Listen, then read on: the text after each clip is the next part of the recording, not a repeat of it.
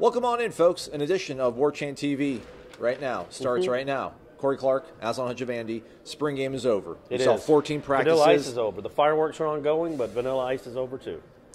Hurts me. But the game was pretty cool, man. Pre-game was very electric, very energetic. Deion Sanders is out there. Willie's out there shaking hands, kissing babies, practically for all intents and purposes. Bobby Bowden's out there, proverbial perhaps, handing over the torch, all that kind of good stuff. Yeah, man, I thought there was a scene that Ira caught on his video on the Irish Chaffel, of the great Irish Chaffel of Warchant.com. Read his stuff. The glue guy. The glue guy, but more than a glue guy. He's a star in his own right.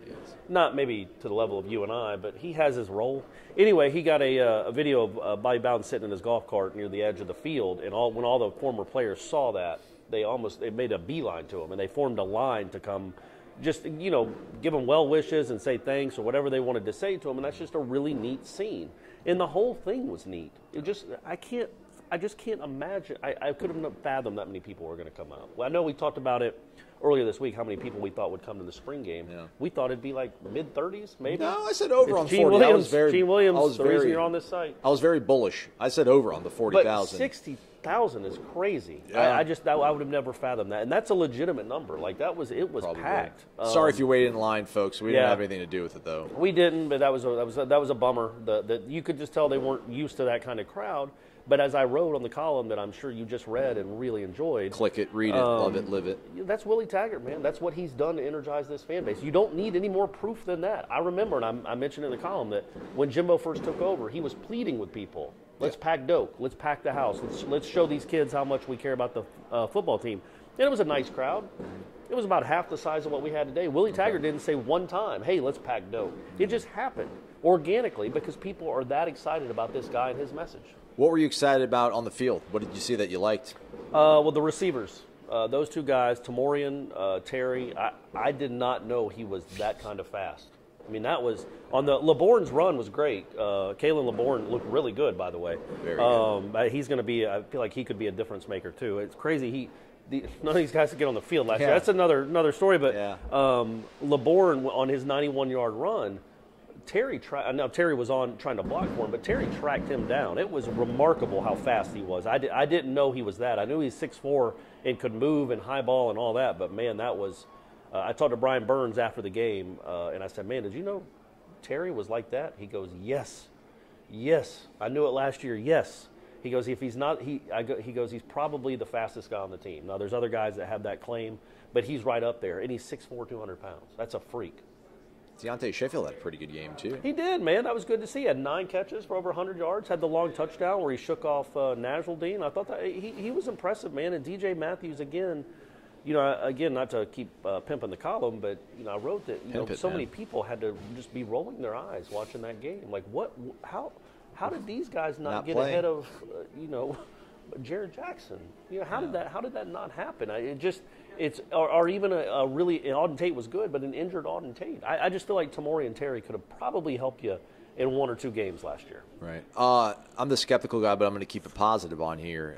Defense was really good, too. We're not going to talk about the offensive line. They'll figure it out. And it's also hard because they were they were mismatched, and some guys were having to play both sides, both teams, and they don't have a lot of depth there right now. Yeah. Defensive line, though, man. Yeah. They were eating. Lots of sacks, a lot of tackles for loss. I don't have those stats in front of me right now. Do I? I think they had like 16 tackles for loss, 18 tackles for loss. Let's talk about Jaden Woodby then.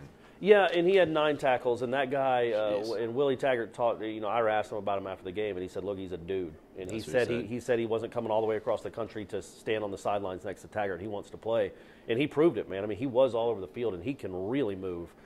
That's really impressive to be on campus for 3 months, 4 months, should still be in high school, and to lead a spring game in tackles, especially at a place like Florida State. That's not with some experience on defense. That's pretty remarkable. And I thought DeMarcus Christmas, he's not a guy you're going to talk a ton about because defensive tackles don't get a lot of love, but he had 3 tackles for loss.